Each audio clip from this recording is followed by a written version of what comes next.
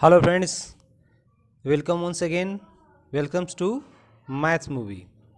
Friends, आज हम यहाँ पर सबसे पहले आपको बता दें कि यहाँ पर आज जो हम लोग देखने वाले हैं मैट्रिक के विद्यार्थियों के लिए इकोनॉमिक्स अर्थात अर्थशास्त्र से अध्याय 3 का चैप्टर में मुद्रा, बचत एवं साख। सबसे पहले वीडियो के आरंभ में आपको बता दें कि अगर आप मैट्रिक के विद्यार्थी हैं तो आप इस चैनल को निश्चित रूप से सब्सक्राइब कर लें, क्योंकि एनसीईआरटी बुक पर आधारित अभी तक हमने मैथ का, फिजिक्स का, हिस्ट्री का और इकोनॉमिक्स का इस तरह से करके सारी विषयों को डाल देंगे।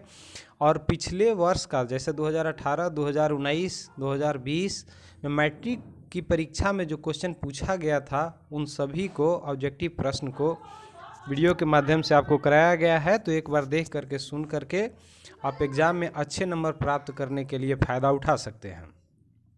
तो चलिए बगैर देर किए हुए हम इस वीडियो को आरंभ करते हैं। एक चीज़ और आपसे आग्रह करेंगे कि अगर आपको अच्छा लगेगा तो आप लाइक कर दीजिएगा, कमेंट करके बताइएगा और फिर इस चैनल को आप सब्सक्राइब कर लीजिएगा, जिससे आगे आने वाला वीडियो मिलेगा तो आपको फ़ायदा होगा।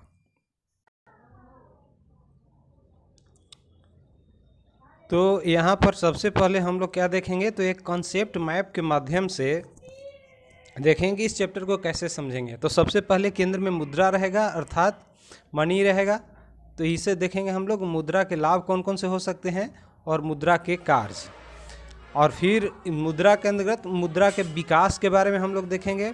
इसमें पहले वस्तु मुद्रा आया, फिर धातु मुद्रा आया, फिर सिक्के आए, फिर पत्र मुद्रा आया और फिर से साख मुद्रा आया। इसे और भी थोड़ा कंसेप्ट मैप को हम लोग अच्छी तरह से देख लेते हैं। इसमें कौन कौन सी चीज़ें हम लोग अध्ययन करेंगे। मुद्रा के लाभ के अंतर्गत ही बचत को भी हम लोग देखेंगे और मुद्रा के कार्य में देखेंगे कि विनिमय का यह एक माध्यम है, मूल्य का मापक है, विलंबित भुगतान का मान भी इसमें हम लोग ज्ञात करते हैं, मूल्य का संचय किया जाता है और फिर क्रय शक्ति का हस्तांतरण होता है, साख का आधार भी होता है। और इसी में और आगे बढ़ेंगे तो हम लोग देखेंगे क्या, तो विनिमय प्रणाली के अंतर्गत जो कठिनाइयाँ आती है और मौद्रिक विनिमय प्रणाली के अंतर्गत जो भी कठिनाई आती है उन सब को हम लोग यहाँ पर देखेंगे और एक एक करके समझेंगे। इसमें और आगे हम लोग देखने वाले हैं कि साख का आधार। और साख का आधार किन किन भागों में देखेंगे, तो साख का आधार साख पत्र के माध्यम से चेक होगा, इसमें बैंक ड्राफ्ट होगा, यात्री चेक होगा और प्रतिज्ञा पत्र भी होगा। तो चलिए एक एक करके सारी बात को हम लोग देखते हैं और समझने का प्रयास करते हैं। सबसे पहले यहाँ पर तो हम लोग देखते हैं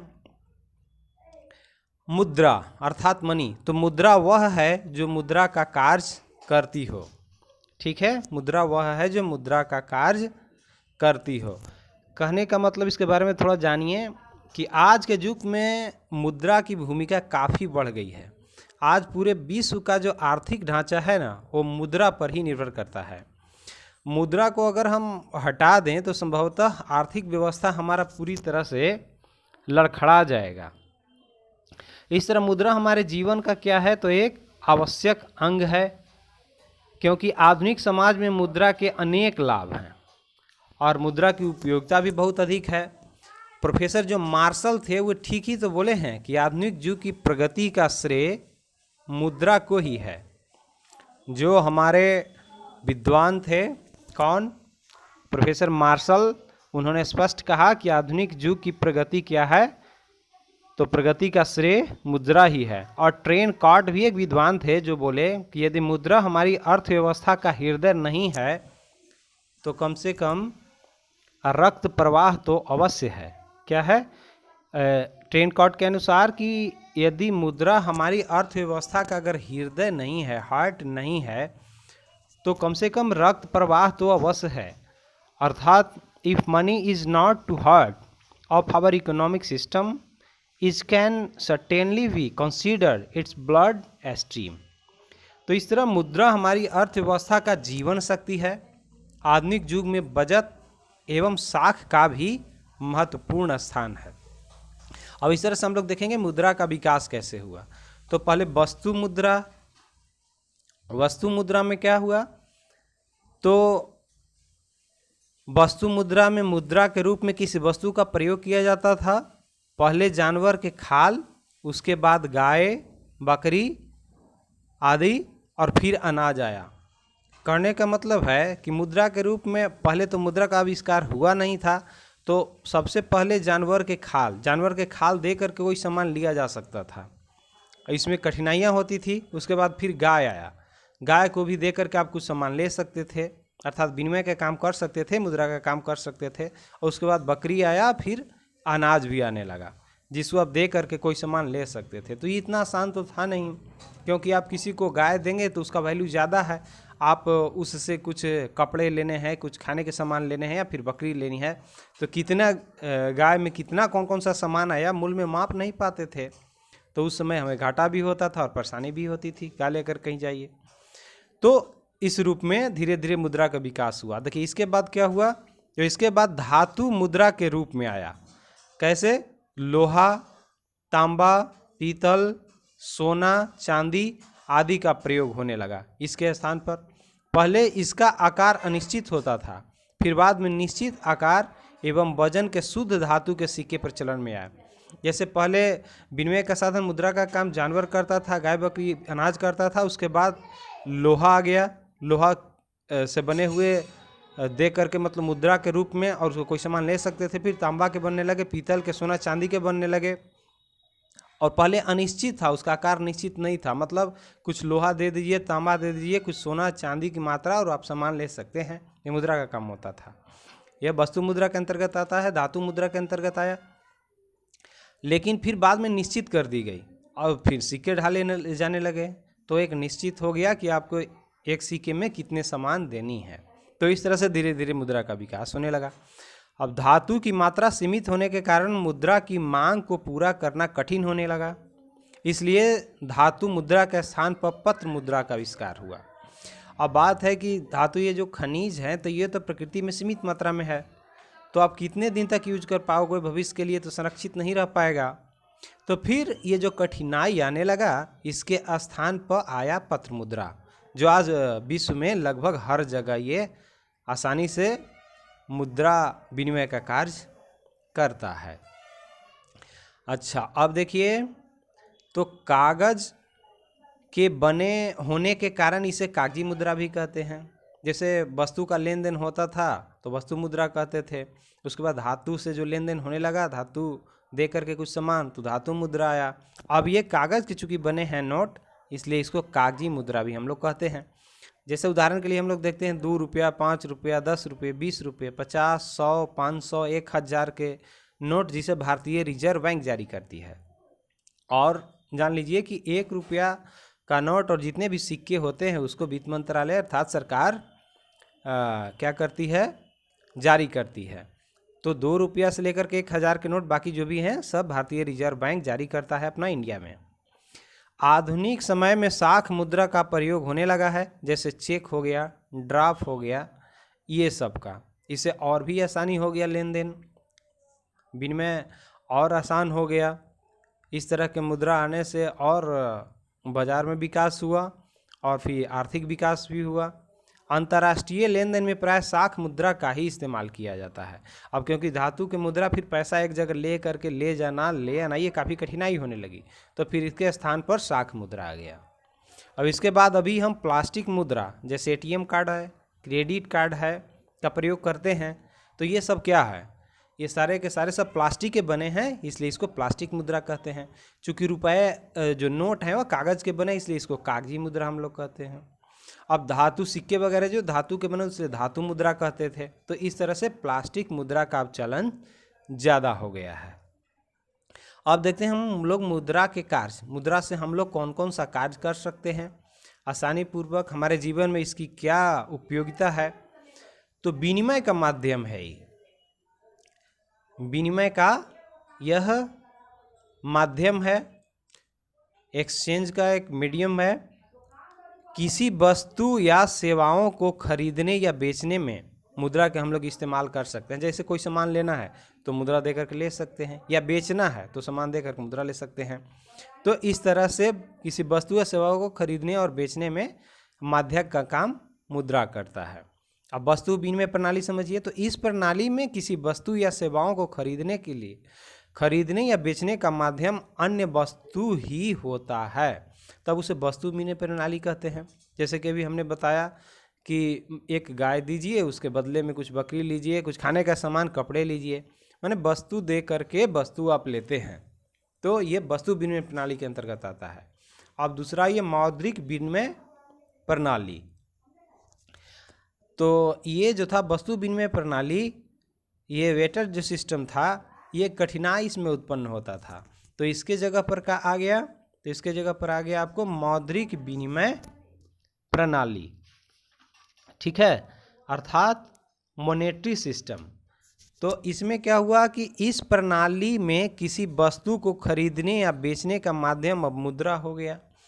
मुद्रा का रूप अर्थव्यवस्था के विकास के साथ बदलता गया है। जैसे पहले हम लोग को देखा ना कि जानवर के खाल, फिर कुछ जानवर मुद्रा के रूप में इस्तेमाल होते थे, फिर धातु होने लगे, कुछ पत्थर होने लगे, उसके बाद कागजी मुद्रा आया, फिर उसके बाद प्लास्टिक मुद्रा आया, और इस तरह समय के हिसाब से यह बदलते गया, और वर्तमान परिवेश में जो मुद्रा का इस्तेमाल हम लोग कर रहे हैं बेहद आसान हो गया है, अपने देश में, राज्य में, यहाँ तक कि विदेशों तक भी। तो अब इसमें हम लोग देखें मूल्य का मापक के रूप में कैसे मुद्रा कार्य करता है। किसी वस्तु या सेवाओं के मूल्य मापने में मुद्रा इकाई के रूप में कार्य करता है। प्रत्येक वस्तु का मूल्य मुद्रा में, मुद्रा का मतलब क्या समझते हैं, मुद्रा मतलब रुपये पैसे, जो भी हम लोग बात करते हैं ये सब मुद्रा का अंग है। मुद्रा कहने से मतलब हम समझेंगे रुपया या पैसा में व्यक्त किया जाता है। अब ये मूल संचय में भी आसान हो गया है मुद्रा आने से। मनुष्य की वर्तमान आवश्यकताओं के साथ साथ भविष्य की आवश्यकताएं भी महत्वपूर्ण होती है, इसलिए अभी हम कुछ पैसे को खर्च करके और कुछ बचा करके भविष्य के लिए आराम से संग्रह कर सकते हैं। यह मुद्रा संचय में बहुत आसानी हो गई है मुद्रा विकास के कारण। वस्तु को रख नहीं सकते हैं जैसे पहले ज़माने में था। मनुष्य भविष्य की आवश्यकताओं के लिए कुछ बचा कर रखना चाहता है, जो मुद्रा के द्वारा बिल्कुल संभव है। आप आराम से लंबे समय तक रख सकते हैं। आजकल तो बैंक का विकास हो गया, बैंक में रख सकते हैं। आप देखिए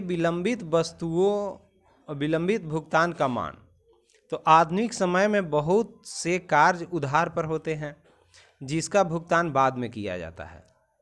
यह मुद्रा के कारण ही संभव हो पाया है।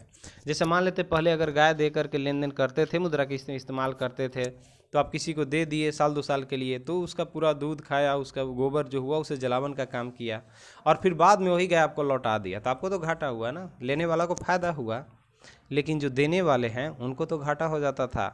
लेकिन ये मुद्रा में नहीं है। आज आपको 100 रुपया देगा तो आप 6 महीने साल भर के बाद 100 रुपये ही देना पड़ेगा, अर्थात तो उसके मूल्य में अंतर नहीं आएगा, आपको घाटा नहीं होगा और आसान भी हो गया। क्रय शक्ति का हस्तांतरण मुद्रा के कारण संभव हो पाया। कैसे? तो आर्थिक विकास के साथ साथ खरीदने या बेचने का भी विस्तार हुआ है, जिसके कारण दूर दूर तक खरीद बिक्री की आवश्यकता पड़ी। अब पैसे आपके पास हो गए तो आप निकट के बाजार में नहीं बल्कि दूसरे दूर दूर भी ले जा सकते हैं, क्योंकि पैसा ले जाने में आसान होने लगा, और वहाँ से क्रय करके कोई सामान आप ला सकते हैं। इसलिए यह विकास मुद्रा के विकास होने के कारण हुआ। मुद्रा के माध्यम से कोई भी व्यक्ति एक स्थान पर अपनी संपत्ति को बेच करके और दूसरे स्थान पर खरीद सकता था। क्रय शक्ति को एक व्यक्ति से दूसरे व्यक्ति तक हस्तांतरित किया जा सकता है बेहद आसानी से। जैसे पहले आपका कोई संपत्ति होता था, आप उसको बेच करके दूसरे जगह जाना चाहते हैं, तो ये इतना आसान नहीं था। ठीक है। अब साख का आधार देखिए। साख का मतलब होता है विश्वास, और ये जो मुद्रा है का आविष्कार मनुष्य की सबसे बड़ी उपलब्धि है। कैसे कह सकते हैं?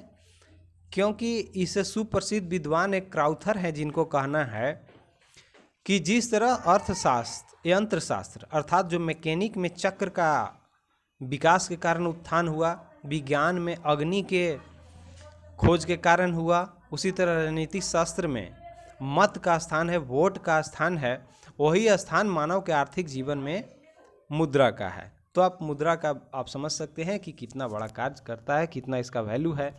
मनुष्य के सामाजिक एवं व्यावसायिक जीवन का संचालन मुद्रा के माध्यम से ही होता है। मुद्रा के आविष्कार से वस्तु विनिमय प्रणाली की सारी जो कठिनाइयाँ था वह समाप्त हो गया है। इस संदर्भ में क्राउथर ने कहा कि मनुष्य के सभी आविष्कारों में मुद्रा का आविष्कार एक महत्वपूर्ण स्थान रखता है। क्राउथर ने क्या कहा?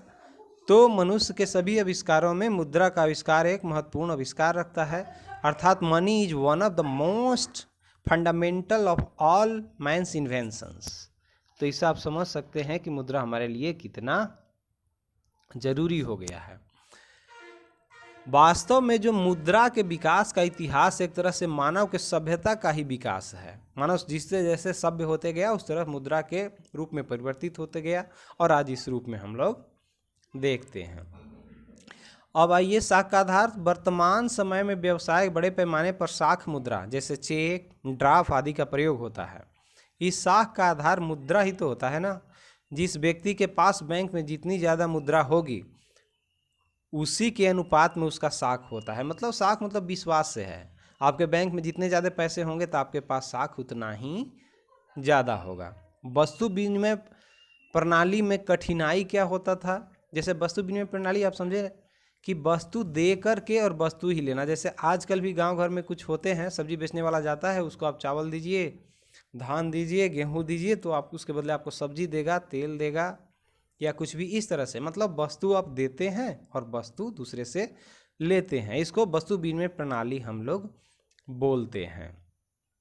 अब इसमें देखिए कौन कौन से कठिनाइयाँ था। तो आवश्यकताओं के दोहरे संयोग का अभाव। ऐसी परिस्थिति का अभाव पाया जाता है जिसमें दो व्यक्तियों की आवश्यकता एक दूसरे द्वारा पूरी हो। अब जैसे में मान लेते हैं आपको कपड़ा लेना है और आपके पास चावल है, तो अगर कपड़ा कोई दूसरे व्यक्ति की ज़रूरत हो तभी तो आपसे कपड़ा लेगा, और आपको चावल चाहिए या खाद्यान्न की कोई वस्तु चाहिए तो उसके पास होगा तभी तो आपको देगा। मतलब ये आवश्यकता पर आधारित है। अगर वो उसको उसको आपको कपड़े चाहिए तो उसको ज़रूरत होनी चाहिए, आवश्यकता होनी चाहिए तो कपड़े लेगा आपसे। और आपको अगर चावल चाहिए, धान चाहिए, खाने कोई सामान चाहिए तो आवश्यकता है तब आप उससे लेंगे। मतलब ये ज़रूरी है कि एक दूसरे पर निर्भर रहिए आप। अगर उसका ज़रूरी नहीं है तो आपसे नहीं लेगा, तो आपको तो परेशानी होगी ना। तो ये आवश्यकता के दोहरे संयोग का इसमें अभाव ये जो है यह कठिनाई उत्पन्न करता था। मूल्य के समान मापक का भी अभाव। अब इसमें देखिए एक वस्तु के बदले किसी दूसरे वस्तु की निश्चित मात्रा के बदले दूसरी वस्तु की कितनी मात्रा मिलनी चाहिए यह तय करना कठिन था। अतः मूल्य माप ठीक ढंग से नहीं हो पाता था। जैसे मान लेते हैं हमने किसी को सोना दिया और अब सोना का चूँकि मूल्य कितना होगा कि उससे हम कितने सामान ले सकते हैं ये तो सही आप अनुमान नहीं लगा सकते हैं, अंदाज पर आधारित था। तो यह मूल्य के समान मापक में बहुत बड़ा अभाव था। किसमें? वस्तु विनिमय प्रणाली में। अब आगे हम लोग देखते हैं भविष्य के भुगतान में भी कठिनाई का सामना करना पड़ता था। इसमें क्या है? तो वस्तुएं नाशवान होने के कारण अधिक समय तक सुरक्षित नहीं रख पाते। अब जैसे था कि पहले मान लेते सब्जी हम उगाए, तो अब सब्जी हम किसी को देंगे, किसी ने चावल उगाया तो वो चावल हमें देगा, हम उससे सब्जी लेंगे। और अगर तत्काल वर्तमान समय में ज़रूरत नहीं है तो कुछ समय तक संग्रह करके रखना पड़ेगा। तो चावल तो कुछ समय तक सही रहेगा, लेकिन सब्जी या फल आपका है तो नष्ट हो जाएगा। तो इस तरह भविष्य के भुगतान में कठिनाई आने लगा। वस्तु का संचय करना कठिन होता था। अब मान लेते हैं आप फल का उत्पादन किए तो कितने दिन तक रखेंगे, कहाँ रखेंगे, तो ये सारा समस्या उत्पन्न होता था वस्तु विनिमय में। भविष्य में भुगतान के लिए वस्तुओं को नहीं रखा जा सकता था। आखिर कितना समय तक रखेंगे, वो नष्ट बर्बाद होगा तो इस तरह हानि होती थी। मूल्य के हस्तांतरण में कठिनाई होती थी वस्तु विनिमय प्रणाली में, क्योंकि वस्तु को एक जगह से दूसरी जगह ले जाने में कठिनाई होती है। अब जैसे आपने फल का उत्पादन किया तो फल आप बाजार ले जाइए तो कितना ले जाएंगे, वहाँ से फिर कितनी मात्रा में आपके जो ज़रूरत का सामान है लाएंगे, ये ले आना ले जाना, इतना तो यातायात का विकास नहीं हुआ था, इसलिए काफ़ी परेशानी होती थी। मूल्य संचय का अभाव। वस्तुएं नाशवान होने के कारण संचित नहीं किया जा सकता था। वस्तु कुछ समय के बाद तो नष्ट होगा ना, बेकार होगा ना, बर्बाद होगा ना, खराब होगा। तो इसलिए मूल्य के संचय का भी यहाँ अभाव होता था। अब देखिए मुद्रा जब आ गया तो इससे क्या लाभ हो रहा है, मनी से हमें कौन से लाभ प्राप्त हो रहे हैं, तो ये इससे क्या हो रहे हैं कि जो प्रत्येक उपभोक्ता मुद्रा से अपनी इच्छा अनुसार वस्तुओं को खरीद सकता है। अब आपके पास पैसे हैं तो आपको कम सामान लेना है, ज़्यादा सामान लेना है, ले सकते हैं। कोई बाउंडेशन नहीं है, बंधन नहीं है, न हड़बड़ाहट है। जिस व्यक्ति के पास अधिक मुद्रा है वह अधिक मुद्रा एवं सेवाओं को खरीद सकता है आसानी से, और उसको संग्रह भी लंबे समय के लिए पैसे को रख सकता है। तो मुद्रा कितना हमारे जीवन में महत्व रखता है, इसको एक कविता के माध्यम से समझिए। इंग्लिश में कहा गया है कि money is a matter of function for, money is a matter of function for a medium, a measure, a standard, a stone, sorry a store. अर्थात money is a matter of function for a medium, a measure, a standard, a store. अब इसको हिंदी में कविता के रूप में कहें तो मुद्रा के हैं चार कार्य महान, मुद्रा के हैं चार कार्य महान, माध्यम, मापन, संचय, भुगतान। अर्थात माध्यम है, एक माध्यम से दूसरे माध्यम का ये काम करता है, मापने का भी काम करता है, उसका कितना मूल्य होगा, संचय लंबे समय तक रह सकते हैं, और भुगतान करने में भी सुविधा होती है। अब उत्पादक को लाभ कैसे मिलता है ये जानिए। तो मुद्रा की सहायता से उत्पादक उत्पादन से संबंधित वस्तुओं जैसे कच्चा माल खरीदने, मशीन लगाने, मजदूरी देने संबंधी काम को आराम से कर सकता है। पैसे लेकर के आराम से पॉकेट में जाएगा लाखों रुपए, और वहाँ से कच्चा माल ले लेगा, मशीन ले लेगा, मजदूरी भी आसानी से सबको दे देगा। और पहले जब मुद्रा नहीं था तो आप समझ सकते हैं कि क्या होता होगा, कि इसको कितना फल देना है, या जानवर खाल देना है, या जानवर देना है, या फिर सोने चांदी। तो ये काफ़ी मुश्किल भरा कार्य होता था। अब आइए उत्पादन के लागत को हम लोग समझें। तो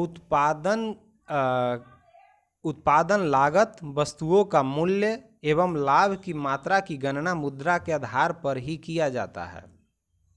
तो बहुत आसान हो गया, सब चीज़ में मुद्रा का यूज हो रहा है। आप लोग सुनते भी होंगे देहात में कहावत, बाप बड़ा ना भैया सबसे बड़ा रुपया। तो रुपया का कितना महत्व है आप समझ सकते हैं, लोकोक्ति से लेकर के किताबी भाषा में भी। अब देखिए मुद्रा क्या है। तो मुद्रा साधारण बोलचाल की भाषा में मुद्रा का अर्थ हम लोग समझते हैं कि धातु के बने सिक्का होता है। मुद्रा शब्द का प्रयोग मुहर या चिन्ह के अर्थ में भी हम लोग करते हैं। यही कारण है कि जिस वस्तु पर सरकारी चिन्ह या मुहर लग जाता है उसको हम लोग मुद्रा कहते हैं। कुछ इसके बारे में विद्वान बहुत विशेष परिभाषा दिए हैं और कुछ संकुचित मात्रा में भी दिए हैं। तो हम लोग देख लें कि प्रोफेसर हार्टले बिट्स जो थे उन्होंने क्या बताया कि मुद्रा वह है जो मुद्रा का कार्य करती है। प्रोफेसर हार्टले बिट्स ने क्या बताया मुद्रा के बारे में, तो मुद्रा वह है जो मुद्रा का कार्य करती है। इसको परिभाषा आप याद कर लें, आप लिख सकते हैं, अच्छा अंक आएंगे आपके एग्जाम में। Money is what money does, money is what money does, अर्थात मुद्रा वह है जो मुद्रा का कार्य करती है।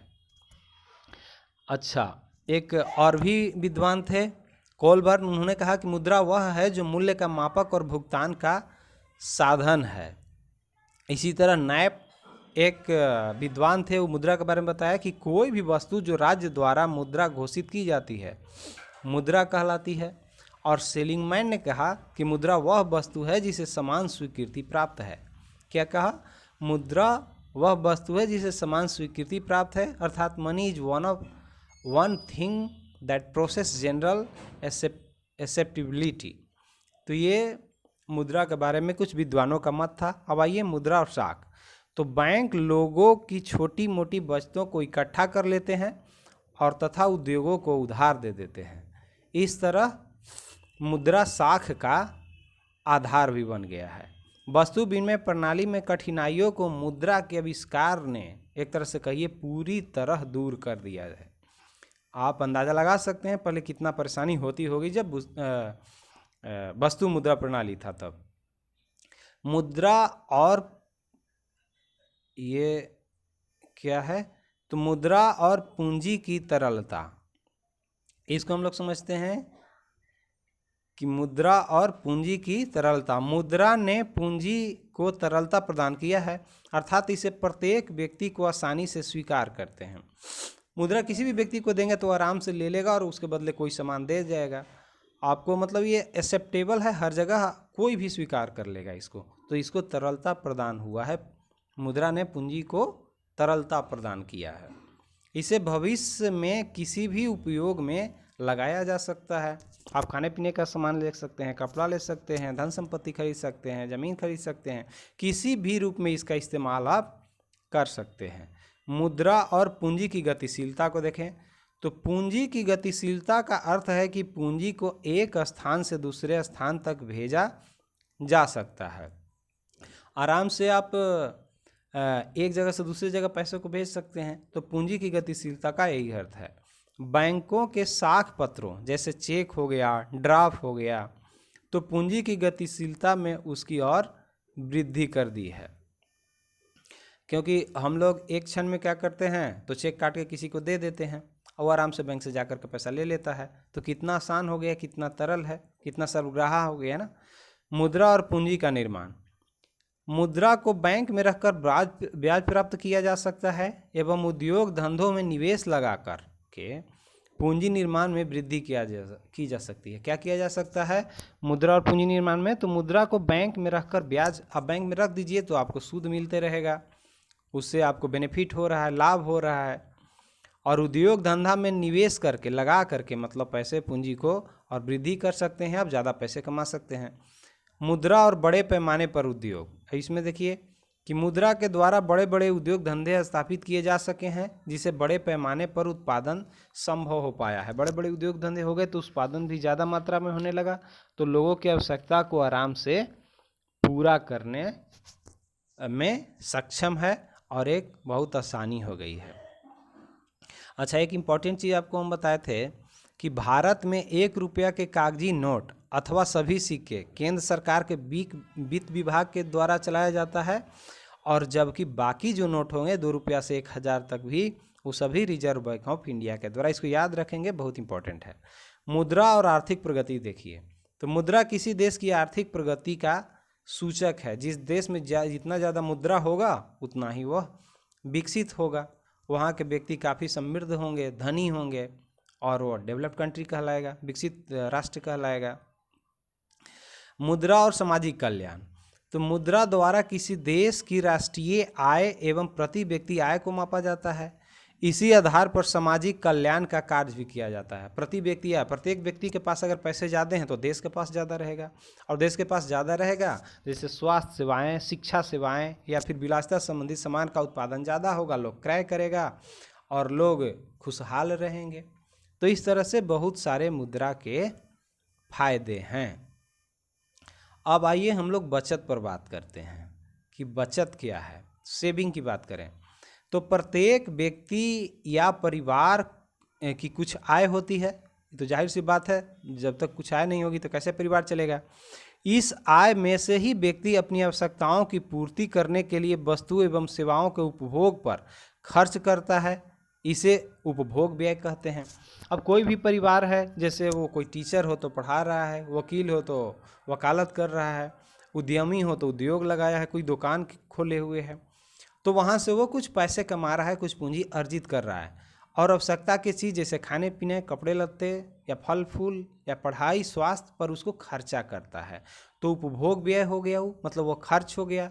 आप समझिए, उपभोग पर व्यय करने के बाद आय की जो राशि बच जाती है उसे बचत कहते हैं। मान लेते हैं आप 100 रुपये कमा रहे हैं, तो आपके घर में 40 रुपये खर्च हो जा रहे हैं, या 60 रुपये जैसे बच्चों को खाने पीने में, पढ़ने में, कपड़े पर, तो बाकी अगर आप 40 रुपया बच रहा है, उदाहरण हम मान लेते हैं कि 100 में अगर आप 60 रुपया खर्च करें, 40 बच रहे हैं, तो 40 बचत हो गया और 60 क्या हो गया, तो उपभोग व्यय हो गया आपका। ठीक है, तो बचत बराबर क्या हो जाएगा, तो आय और माइनस उपभोग में किया गया व्यय। मतलब बचत क्या होगा, तो आप जितना कमा रहे हैं और जो फिर खर्चा कर देना, कुछ पैसे जो बच जा रहा है खर्चा करने के बाद, वही आपका बचत होगा। क्लियर है? इस बचत का उपयोग विनियोग पर किया जाता है। ठीक है, अब आगे हम लोग बढ़ते हैं साख, साख के अर्थ को समझते हैं कि साख का होता है। ठीक है,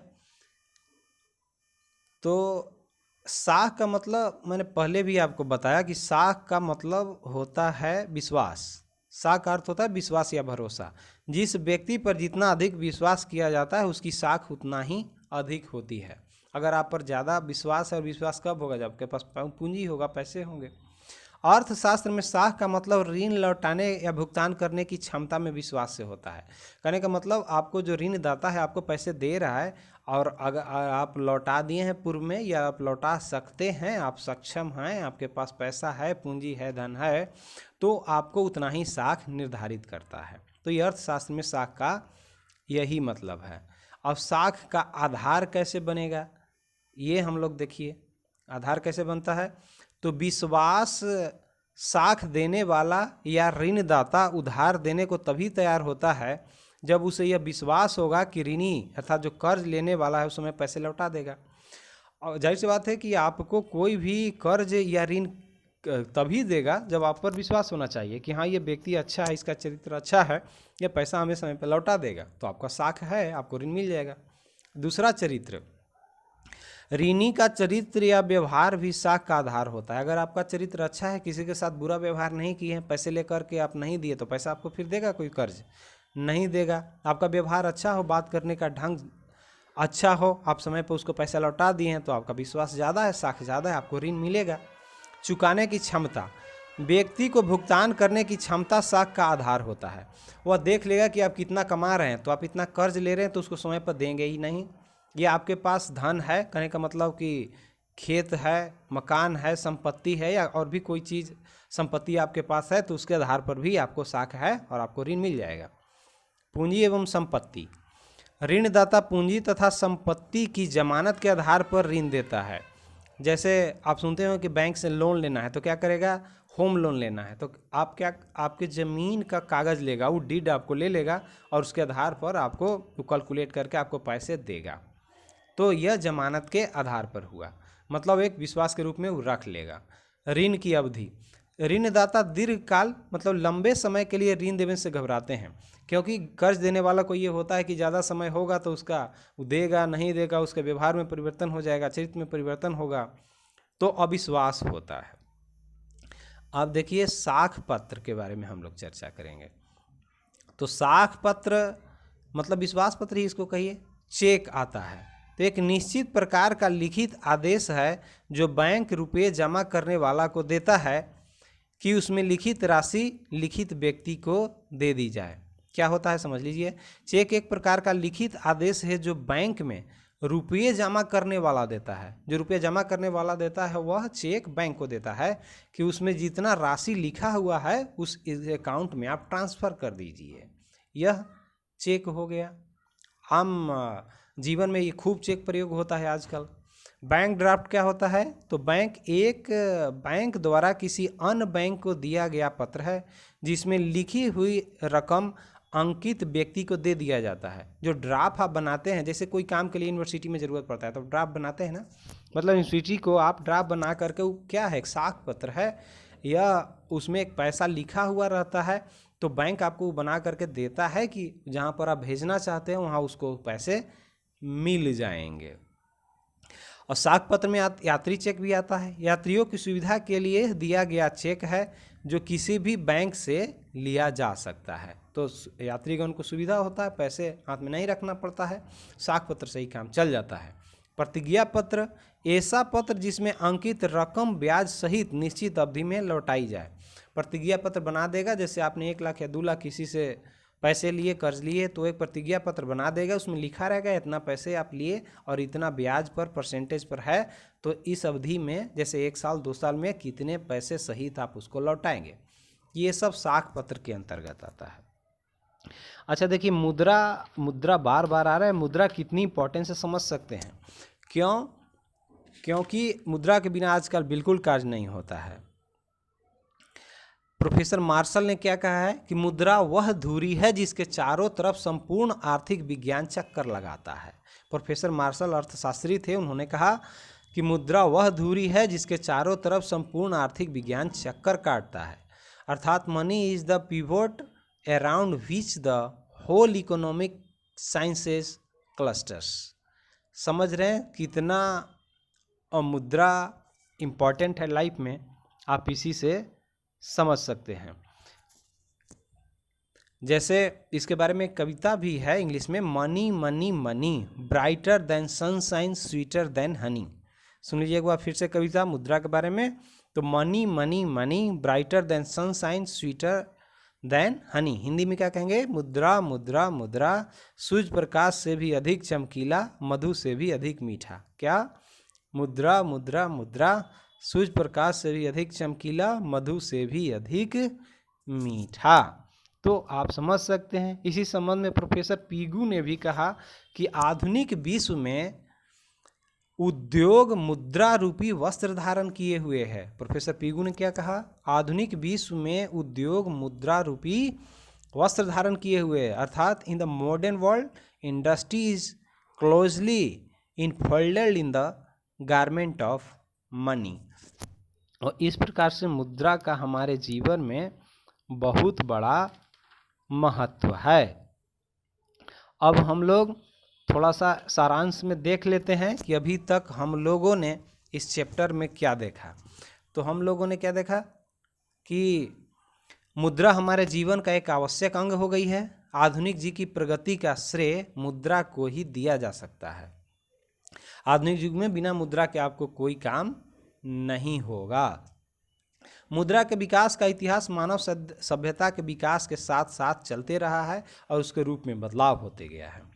विनिमय के दो रूप होते हैं, कौन कौन? एक वस्तु विनिमय प्रणाली हम लोगों ने देखा, और मौद्रिक विनिमय प्रणाली। मौद्रिक जैसे ही बात आएगा तो मुद्रा से समझिएगा, मुद्रा मतलब रुपया पैसा से।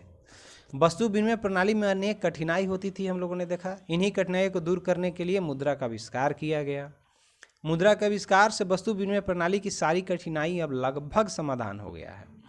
मुद्रा के 4 कार्य महान कौन कौन? तो माध्यम, मापन, संचय और भुगतान। मुद्रा के 4 कार्य महान: माध्यम, मापन, संचय, भुगतान। समान स्वीकृति प्राप्ति, वृद्धिगाही, लीगल टेंडर एवं स्वतंत्र रूप से प्रचलित कोई भी वस्तु जो विनिमय के माध्यम, मूल्य के सामान्य मापक, ऋण के भुगतान का मानदंड तथा संचय के साधन के रूप में कार्य करती है, वो सब ही क्या कहलाती है? मुद्रा कहलाती है। और एक और फिर से मैं बता देता हूँ कि भारत में 1 रुपया के कागजी नोट अथवा सभी सिक्के केंद्र सरकार के वित्त विभाग के द्वारा चलाया जाता है, जबकि 2 रुपया से अधिक के जो सभी कागजी नोट आप देखते हैं वह देश का केंद्रीय बैंक अर्थात रिजर्व बैंक ऑफ इंडिया के द्वारा चलाया जाता है। ये आप बिल्कुल ध्यान रखेंगे। आजकल प्लास्टिक मुद्रा का प्रचलन काफ़ी हो रहा है, ये हमने देखा। प्लास्टिक मुद्रा मतलब एटीएम, डेबिट या क्रेडिट कार्ड के रूप में लोग समझ सकते हैं। विनिमय का कार्य काफ़ी आसान इससे हो गया है। और हम लोग इस चैप्टर में क्या देखा? तो मुद्रा वह धुरी है जिसके चारों तरफ संपूर्ण आर्थिक विज्ञान चक्कर लगाता है।